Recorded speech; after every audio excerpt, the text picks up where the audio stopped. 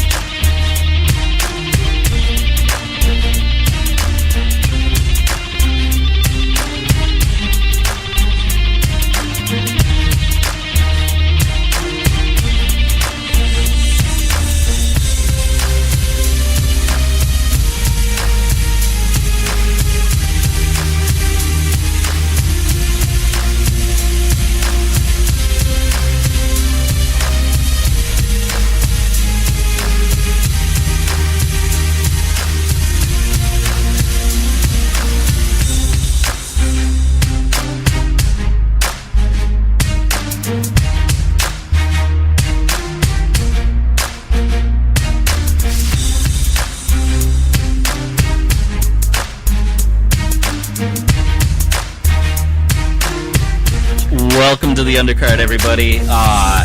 Very cool show. Episode 103 officially on the books here. We got Avenue producing the show. Rochelle produced the show tonight. We got a pretty good show for everybody. At the 10 o'clock hour, we have Alicia Slick Ashley, a boxer. And then starting off the show in a few minutes, we're going to have Adam Munzing from Mada Krav Maga. So he'll be telling us everything about... What are you laughing at, though? You already butchered it. Oh, sorry. It's going to happen a few times over the night. But, yeah, so it's going to be a pretty decent show. We also have Bridget, the ring girl, sitting in here, too. It's officially the blood moon. It seems to me like every 2 weeks, though, there's something going on astronomy-wise that like you're going to miss in 88 years. So I'm not sure how big this blood moon thing is, but I will wake up at 6:15 and try to see it. Hopefully there'll be no clouds out. 6:15 this morning? I believe it's 6:15 if CNN's giving me the correct knowledge here. I trust CNN. I'll probably be up around that time anyway. So, yeah. So I'll go out and see it and see if it's all that jazz. But there was something 5 weeks ago that I went out and saw the moon, and it was like at the 10 o'clock hour. And I don't know why that was important. But I went and saw that, too. So it was like really large. The eclipse. Right. I don't know if it was an eclipse, but I know it was really, really large. We had went out in a parking lot next to where we live, and it was huge. Right. So there's always something going on. Like I said, I don't know. I know Halley's Comet's a big deal, and I probably won't live to see that come back. But, other than that, stuff like that. Hope we won't. Well, I don't know if I want to see it come back per se. No, I would, if I could live that long, why not? Because, next Just time, for that. it might not do, last time it came by was like an 86. Yeah. That's what astronomers call a bullet burn, because it came pretty close. It kind of just grazed us. All right. It comes back this next time. I don't think we're going to be that lucky. Really? I think it just may just say, yeah. Nostradamus over there. So it's the end? It's the end? I don't know. Who knows? Anything could take us out. Anything could take us out? Let's just have fun in the meantime. Exactly. So let's move on to our first guest here, Adam Munzing. Mada Krav Maga. I call it Beta, like the old-fashioned VHS counterpart. But welcome to the show. How are you today? Very good. How are you? Good. First off, people see the signs everywhere and stuff. I want to hear your definition of Krav Maga. What is it? So Krav Maga is an overall self-defense system that employs what's effective out of the different martial arts systems, combat systems. So we use strikes out of Western boxing, Muay Thai, Savate, Wing Chun, grappling from Brazilian Jiu-Jitsu, wrestling, stick and knife fighting out of Kali. And we basically put it all together, take what's effective and what will work to survive in a violent street attack. The goal and objective is to eliminate the threat as quickly as possible. It's not so much about fighting a person as it is about surviving that situation, eliminating the threat. So we always go into situations where we're either going to disengage or go into control positions to where we can affect them greater than they can affect us. Right.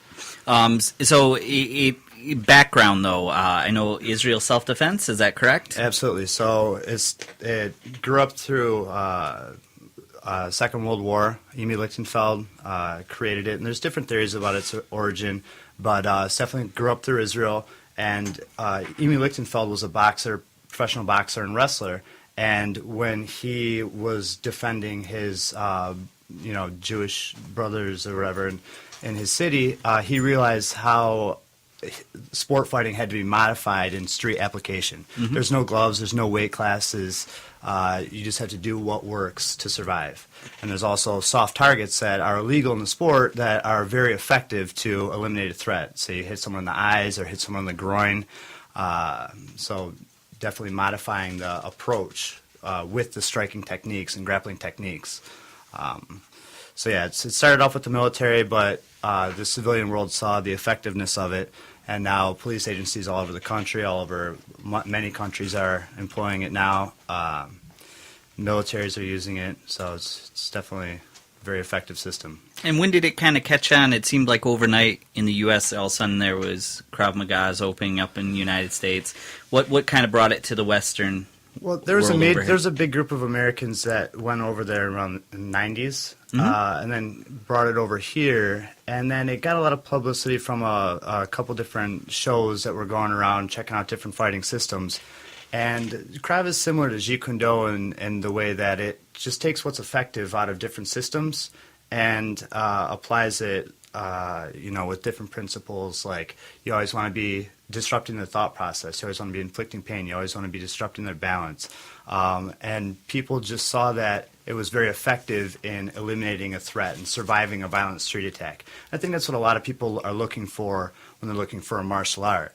There's three different kinds of martial arts. There's the artistic type, where you'll see where it's just more artistic. Then you'll see sport fighting, where you'll have the rules and the gloves and all that stuff. And then there's the self-defense. So the sport and the self-defense can be both combative, but they all have different approaches. And obviously in self-defense situations, there's no rules.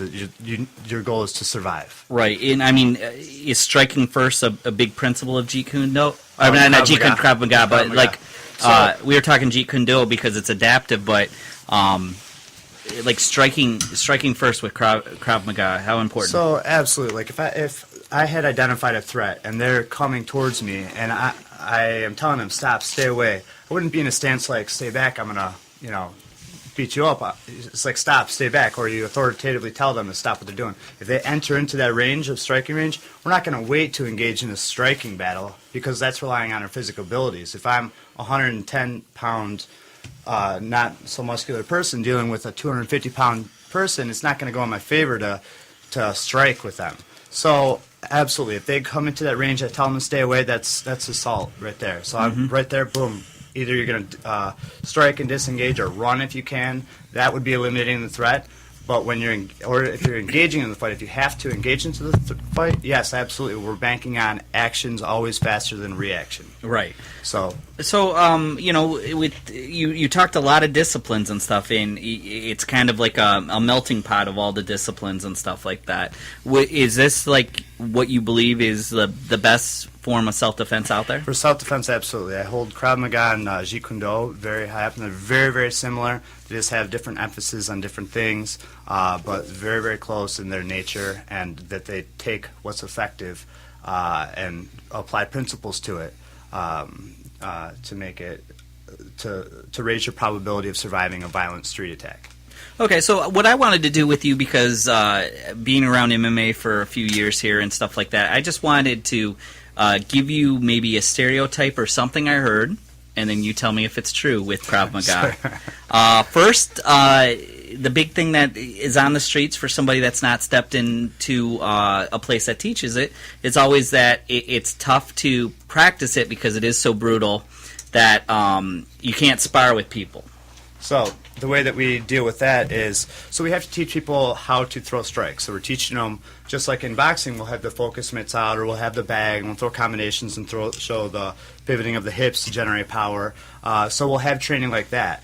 But then we constantly drill rapid forward aggression, rapid assault aggression, like that, to get that into your muscle memory. So sometimes we're working on pads, sometimes we're slowly touching the people where we would normally, like if we're going for ear boxing or going for the eyes, we'll actually slowly touch them there to generate that muscle memory. Because the way that you train is how you're going to react when you have a violent street attack and you're dealing with this massive adrenaline rush. You're just creating like reactions. Yeah, so we're making different memory links. So sometimes to generate the power, we'll do focus mitts and bag work to throw the punches right, and then we'll actually do the distances and the angles with the partner at a lower speed. Then we'll have dummies where we're actually hitting the dummy and entering in through these ranges and moving around like that. So we have different approaches to that. Now, we do sparring as well. So because you can hit pads all day. You can hit pads and you can go to the slow stuff, but if you're not actually dealing with the resisting opponent... Yeah, they're not hitting you back. Right, they're not hitting you back. You have to feel that. You have to get the angles, the distancing, the timing, and you have to really be able to enter it and not be so afraid of it. When people first get into the sparring, they're kind of timid with it. They don't know what to expect. Right. So just doing it over and over really teaches them the sensitivity and enables them to actually put the stuff that we practice into use. And also, so we have sparring class like that where we'll take out the eye gouges and the groin strikes and we'll do just standard MMA type sparring. Then, so say there's two people that are fighting, the dynamic of the fight changes. So say we're in a bar, some guy comes up, grabs me, punches me, all right, we're punching each other back and forth. Dude grabs a bottle, hits me in the head, now the bottle breaks, now it's edge weapon to open hand. Then they'll fall to the ground, then they're grappling and trying to get up, whatever. So the fight, the ranges change in a fight. And the way that we simulate that or deal with that is we'll have, okay, kickboxing. So these guys are sparring kickboxing. Obviously, for safety reasons, we're not hitting each other in the eyes or the groin. But then we'll throw a knife in there, a fake knife. And then they'll fight to get to positioning into that knife. And then they're dealing with the Kali techniques that they know of moving around that knife and how to deal with the knife. So the guy with the knife is playing offensively with his Kali tactics, and the guy without is dealing with that and trying to stay away and entering in when he can. And then we'll say, okay, grappling. So then they'll drop the knives, or maybe I'll throw a stick in there, and it'll be stick to knife. And then they'll go into grappling. So we spar like that to get the people to comprehend the transitions of fighting. You have to be able to transition through different ranges. So have you had women come in there Yeah, that have already been assaulted? Absolutely. And with them we have to, because there's a lot of stress, a lot of post-traumatic. Yeah, so we have to kind of ease them into that. But absolutely, and it's a very comfortable environment. Every gym's different. People that are trying out gyms, you definitely have to go into the gym, see how you mesh with the people, because some people and some gym owners their approach is very aggressive. They want to just bang it out. And then some people, they have different approaches that are just more comfortable and easier for people to get into. But yeah, so we've had women come in there that have gone through situations and like, this is what happened, and we just get them comfortable, and they just walk out with a tremendous amount of confidence after, once they can break that stress and then get into this, feel much more confident. I had a girl who came from a different state and was like, I can't be in that state. I'm just so stressed out. I got attacked there and, with the weapon. And she's like, I need to learn what to do with this. And she was going to school there and she really wanted to go back, but she just had so much stress in her life she couldn't. So she stayed with us for about 3-4 months and then moved back. So that was a cool situation.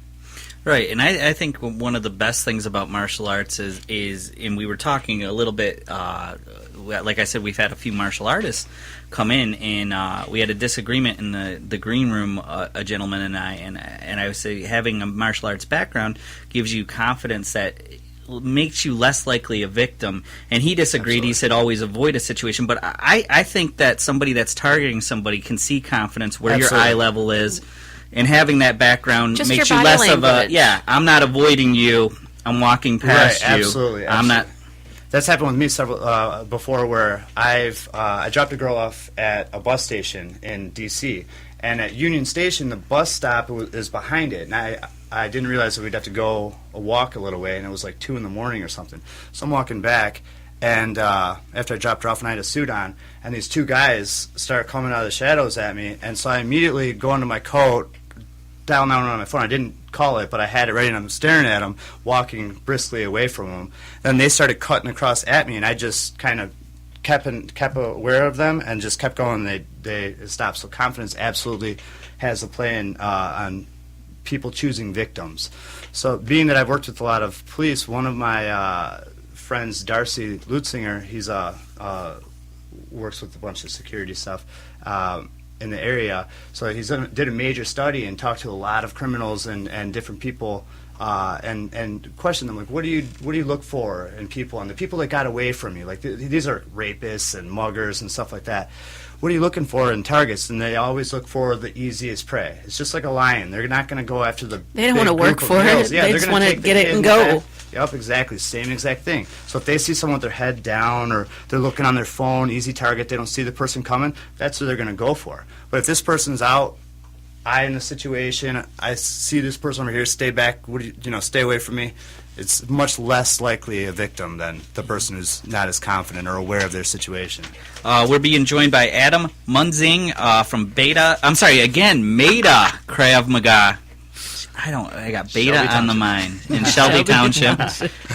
He's breaking down Krav Maga for people that are not too familiar with it. Another rumor I heard is that you guys don't have tournaments because your mat is the street, the battlefield. Is that true? Do you guys have Krav Maga tournaments? So it's hard to say tournaments. Now, Krav Maga as a whole, there wouldn't be tournaments because it's not a sport. It's not a sport. Now, there is training, and you can do tournaments as a Krav Maga practitioner because you're constantly training in striking, so boxing, kickboxing, Brazilian Jiu-Jitsu. So you are training in the skill sets of a well-rounded MMA fighter. So you, as a Krav Maga practitioner, can go into an MMA type setup.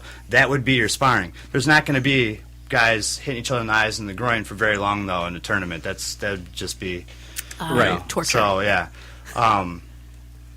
definitely no tournaments with that. Now, what we do though is we'll have different simulations, so stress drills. So there's the physical aspect of the training, which we're doing the focus mitt drills, hitting the bag, the grappling. So we are doing rolling, just like in Brazilian Jiu-Jitsu.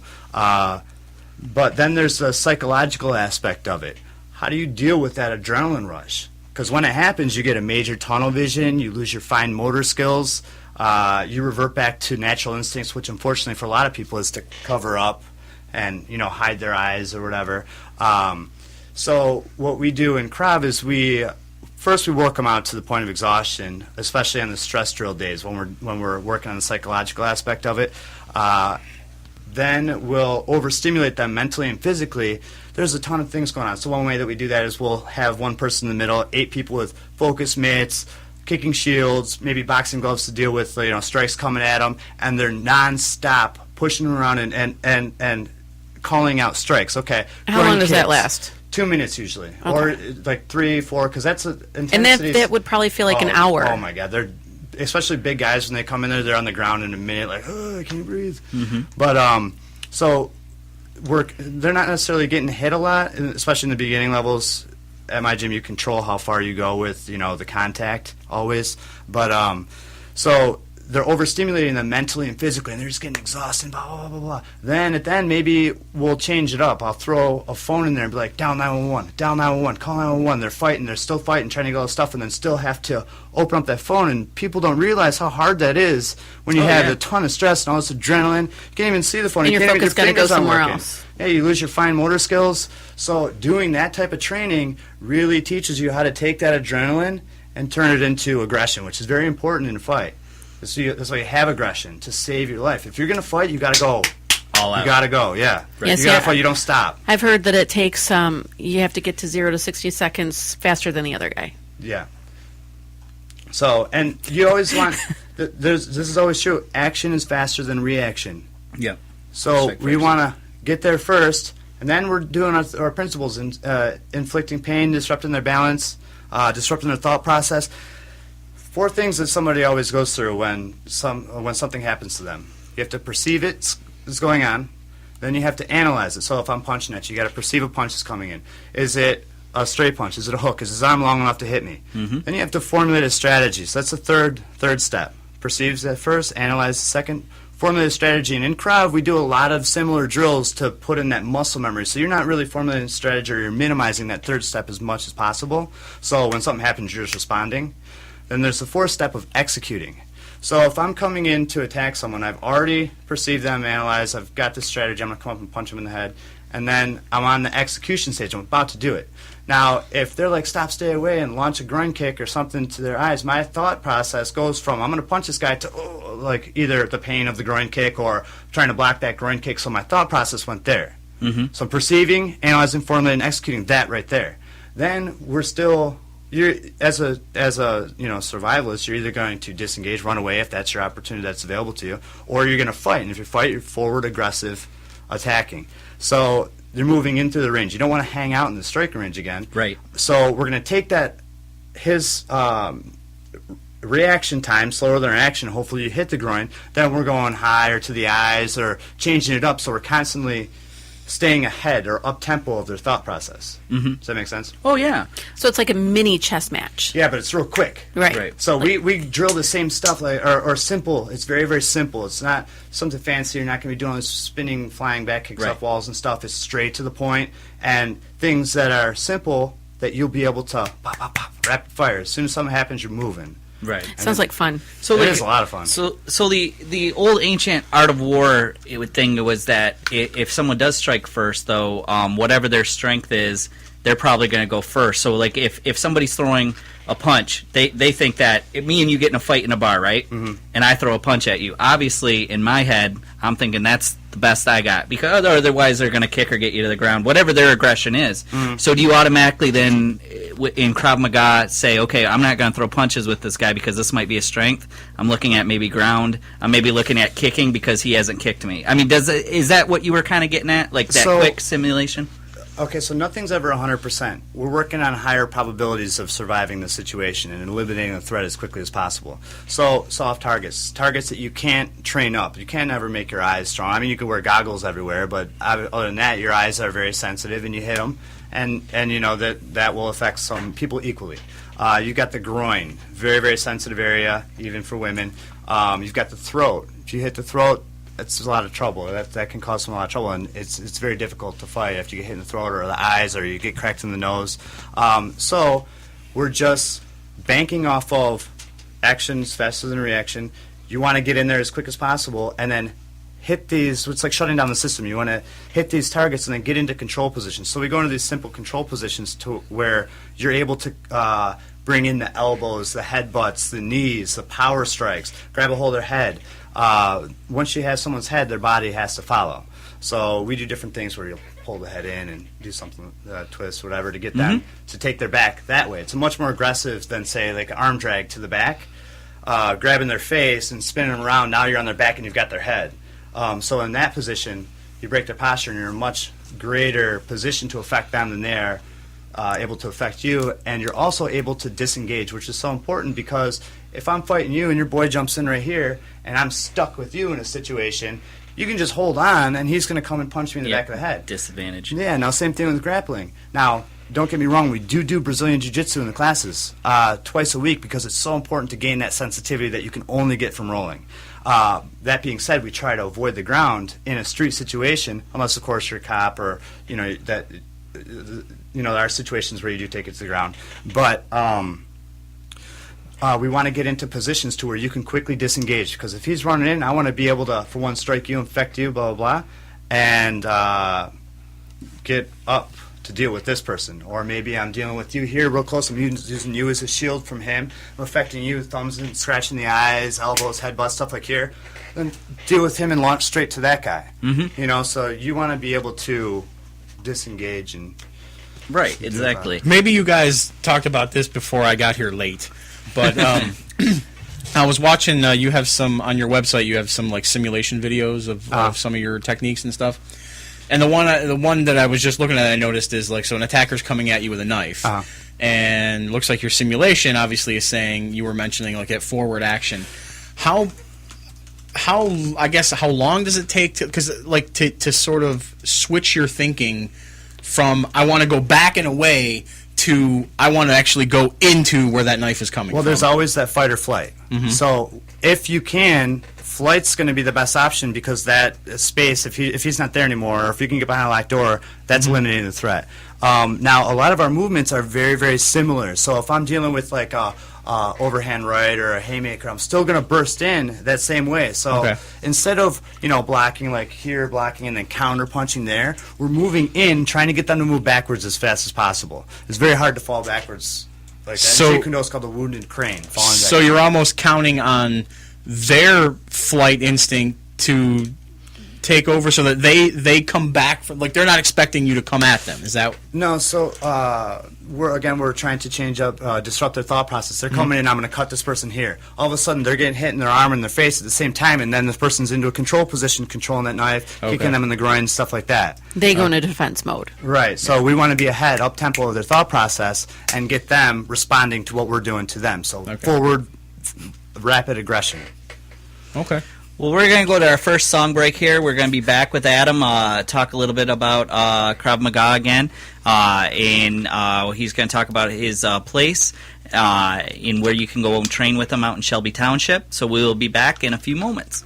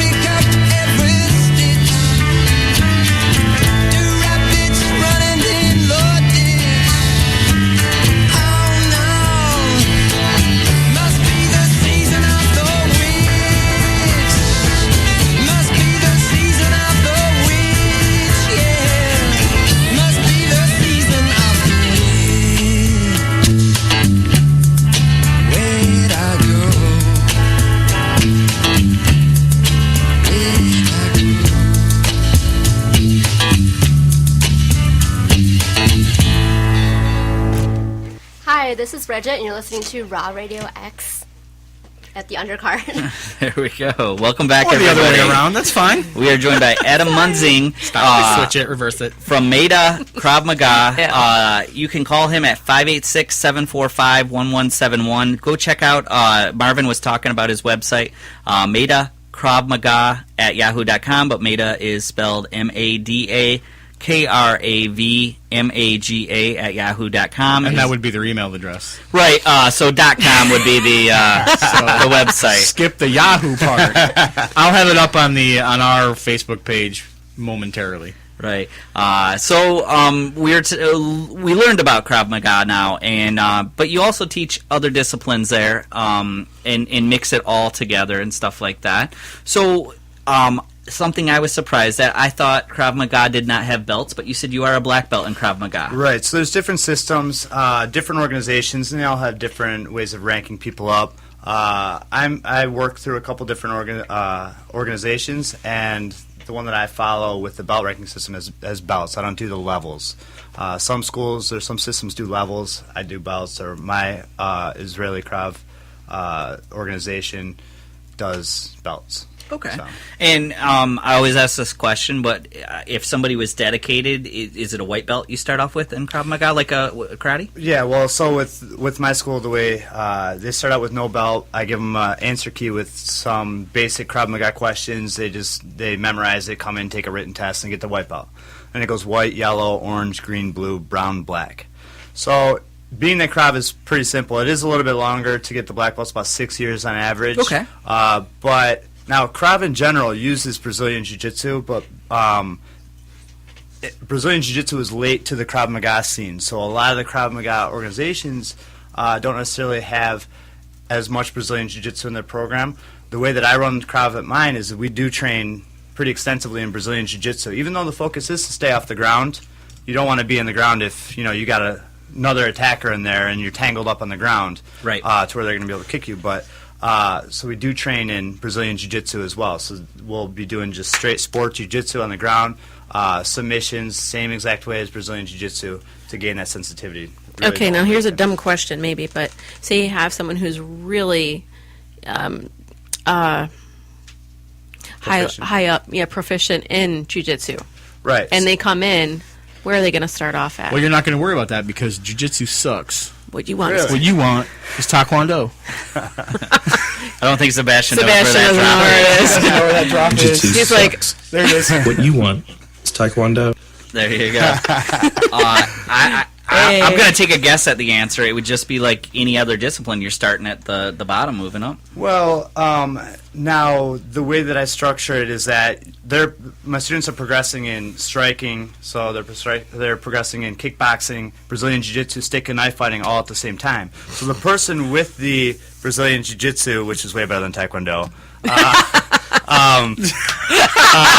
wouldn't have to focus on the Brazilian Jiu-Jitsu stuff as much. So they would totally wouldn't have to focus on the ground aspect. They would have to instill the Krav principles of you don't want to be on the ground in a street situation unless your situation allows for or calls for that. And also we kind of avoid certain areas in the ground that are more sport-oriented for, say, non-striking grappling matches. Right. So we have to modify some things, but they wouldn't have to spend so much time studying the jiu-jitsu part of it. So that they were dedicated to progress in Krav, it would be easier for someone with a jiu-jitsu background. Okay. Under my system. If there's But multiple Bridget- assailants, you would not want to be in the guard. Exactly. You're going to get killed by the other people. Exactly, but it's very important to be able to have a guard that you can attack from, that you can stand up from, that you can sweep someone. If you ever get to there. Yes, that takes a lot longer than Krav as a whole is Krav, you want to be able to pick this up quick. It's based on very simple. Jiu-Jitsu is a little bit more technical, but while we're training in there, it's very, very important to have that ability to move on the ground, to ability to get up if someone's holding you down. Because even though I'm a brown belt in Brazilian Jiu-Jitsu, I've got phenomenal takedown defense. If someone was trying to take me down, I have a very, very good chance of preventing them from taking me down. That being said, on the street, could someone take me down? Yeah. If someone comes up behind me and hits me in the knee, or they tackle me or whatever, or if I'm dealing with someone here and I don't see his friend come and jump on my back, going to go to the ground. Or you're using real life applications. If you're in a parking lot and you trip over a parking block or something, you got to be you adaptable. never know exactly your situation. There's such a multitude of things that can happen in a violent street attack, and going to the ground happens. So it's very, very important to do the rolling. To be well-rounded. Absolutely. Even though our focus is to get up off the ground as fast as possible, and Jiu-Jitsu teaches you that. There's technique to escape from bad positions, to get into better positions. There's technique to stand up. There's technique to prevent the takedowns. So if I'm dealing with, say, a wrestler, and he shoots on me, how do you stop him? You sprawl out. You do, Jiu-Jitsu to stop him. Oh, you said shoots. I thought you said shoot. Like, Now, Bridget, but she how do you defend against that? I mean, the guy's just... When we were off air, Bridget, we were saving her question for on air, so go ahead, Bridget. Yeah, I was just wondering, what's the fitness level of someone like me, a small girl, not a lot of stamina, not super physically fit, that just wanted to learn the self-defense of it? I'm going to say somewhere between you and me. Somewhere between petite girl and just fat ass. So, no experience. So yeah, the people come in from all different walks of life. So the demographic for Krav Maga students is equal men and women. The classes are about 50-50. And then same thing, there's kids all the way up to, I have 70-year-old students. So different fitness levels. Now, the way that Krav runs is that they want to exhaust you so that they can overstimulate you so that you're training yourself to deal with the adrenaline rush. Now, the way that I do that in the class is the way that, and different Krav schools are set up differently. They do want to exhaust you, but the way that I run my classes is the first 20 minutes to warm up is high intensity interval training. So we're doing muscle group focused high intensity interval training. So say today we did shoulders and back and core. Yesterday we did legs and core. And so we're in the middle encouraging people to do as much as they can. We're going to, push you. It's not like a boot camp where we're harping on you to get up or whatever. We're encouraging you to do as much as you can. But I also tell people when they first come in there to step out if they need to. Do you feel people that have their tongue twisted? Do you have people that are in there that feel like they're going to throw up? If they don't pace themselves, absolutely. Yeah. We have puke buckets all over the gym. It's not working out unless you puke, really. But in all honesty, I tell everybody who comes in there, listen, pace yourself, because people do get faint. But people who come in there with absolutely no idea of what they're getting into or have any background of any physical fitness whatsoever, they're going to go in there and they're going to push and push and push until they get to that point where it's like, okay, I'm throwing up now. Yeah, well, every person who comes in, myself and my staff are trained to tell them about, pace yourself. And even the students that are in there, they'll step out or step to the side, because you never know if someone's coming over, if they're exhausted, they hadn't eaten right that day. Right. You don't want them passing out on the mats, and only they know that. So do you offer some sort of nutrition plan for them as well? Well, it's not part of the program, but when we talk about it and we eat healthy, so we know a lot about it. I don't think me and Marv could last 20 minutes. You'll be fine. Hey, what did you just put on my wall today? You're like, we need to up our fry intake. Yeah. Marv needs to Happily. Marv has to get out of the situation in 3 seconds. Teach him how to do that in Krav Maga. Yeah. Because after 3 seconds, I'm winded as hell. That's why I carry a pistol, because it's just over and done with real quick. You were talking. That's his defense. Whether you're going to fight or flee. I don't know if Marv can flee. So he's in it for the fight. There's a lot of falling on the ground and just randomly firing. I'm dead. Pretend to have your food. Yeah. There's a lot of it starts like that, and then I'm hoping to disrupt them like a flashbang. Right. Just, when they cover their ears, I run away.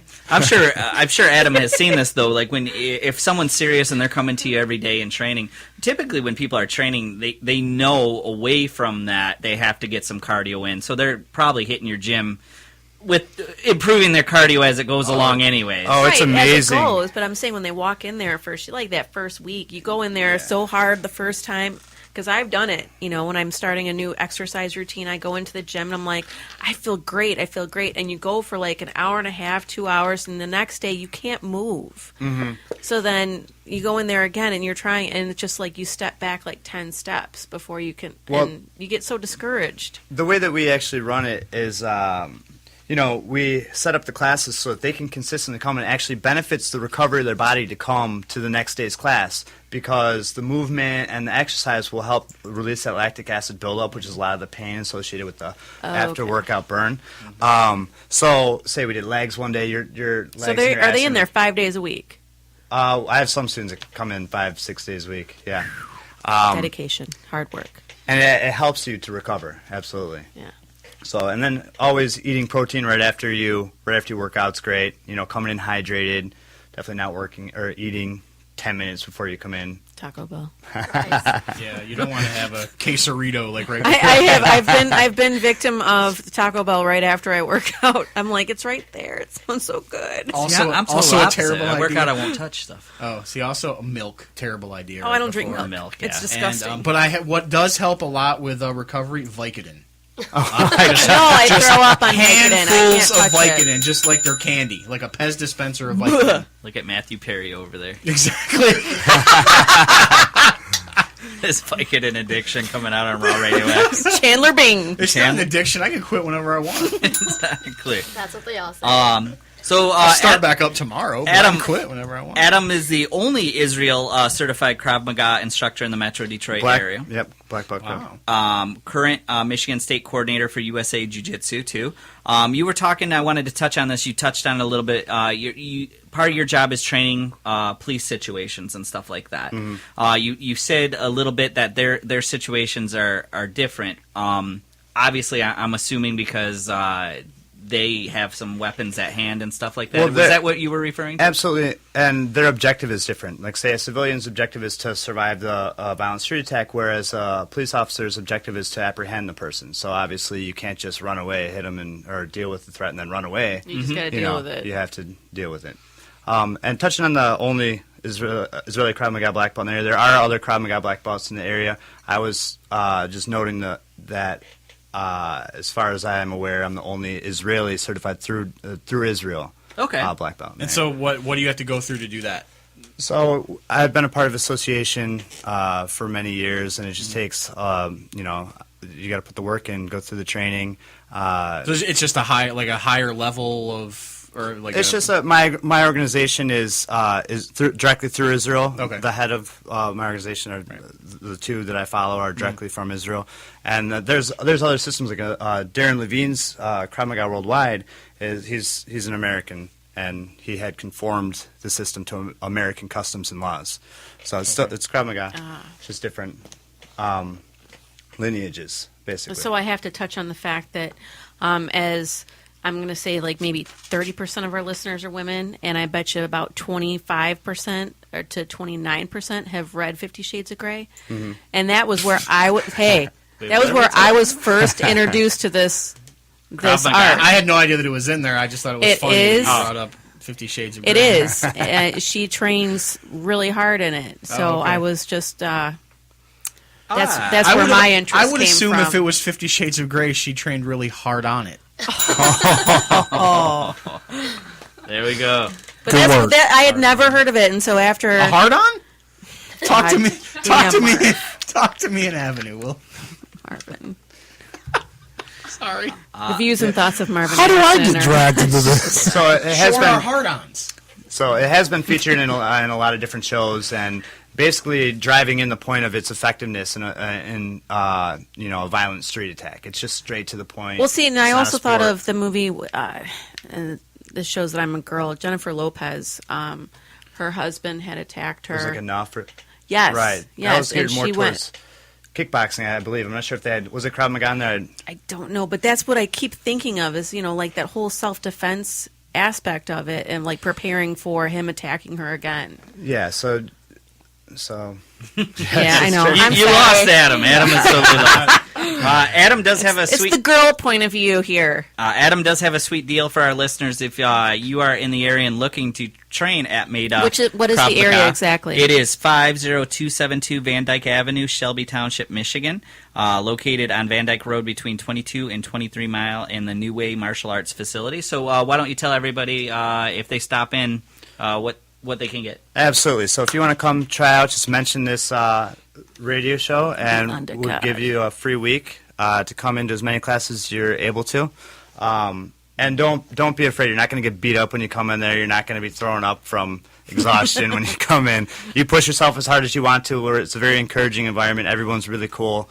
I've got a great bunch of students that it's a very learning environment. It's not a bunch of meatheads trying to kill each other in there. We want to go home. Now, do you have women like first fighting against women or sparring against women, or is it men on women? And so the class dynamic changes, and everyone picks their partner with whoever they're comfortable with. And there is, like I said, it's right down the middle, male and female. So women come in, they can come in by themselves and get a female partner. And the sparring goes up to whatever you're comfortable. You don't ever have to spar. It's hugely encouraged because, like I said, you could punch bag. Most of the time, I would think that you would gain the most out of sparring, like me sparring a man as opposed to a woman. Well, yeah. So, but also you have to feel it out. It's not like if you and I are sparring, I'm going to come in and bam, hit you as hard as I can. It's like you want to lower down the level and ease the people into it. Right. So we're not going to be banging right away. It's just like once you get into it, that's what I'm saying. But Right. I would just think that most women would be like, I'm gonna to get the most effect out of it. Yep. They would eventually go towards sparring with a man. Absolutely. So I do have a group of yellow belt women that come in. We spar on Saturdays, and we're in there doing Brazilian Jiu-Jitsu rolling, and it's a great environment. Everyone's really friendly, not trying to hurt each other. Everyone's being careful about it. But sparring, definitely, we switch it up. The girls will spar each other if they're comfortable with that, and the girls will spar the guys if they're comfortable with that. And like I said, it's a progression of the level of intensity. Do the women ever ask you to change their belt color so it matches their outfit better? I haven't had that question answered. There's Mark for you. So we want to thank Adam for joining us once again. His location is Mada Krav Maga, 50272 Van Dyke Avenue. I'm going to have Marv post the deal that he's offering too at Shelby Township, located in between. Tell 22. him what that deal was again. So anybody mentioning this radio interview will get a free week to come try it out.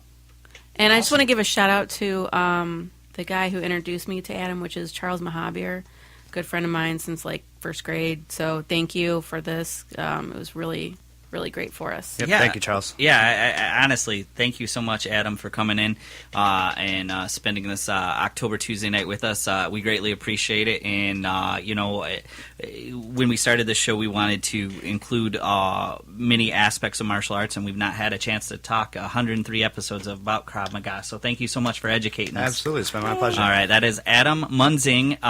Go check his website at madakravmaga.com, but Mada spelled M-A-D-A, KravMaga.com, KravMaga.com. All right, so we're going to go to music break here really quick. We're going to do our typical pictures in the studio. We will be back. We got to talk a few more subjects here, and then we got a boxing guest coming up, so we'll be back.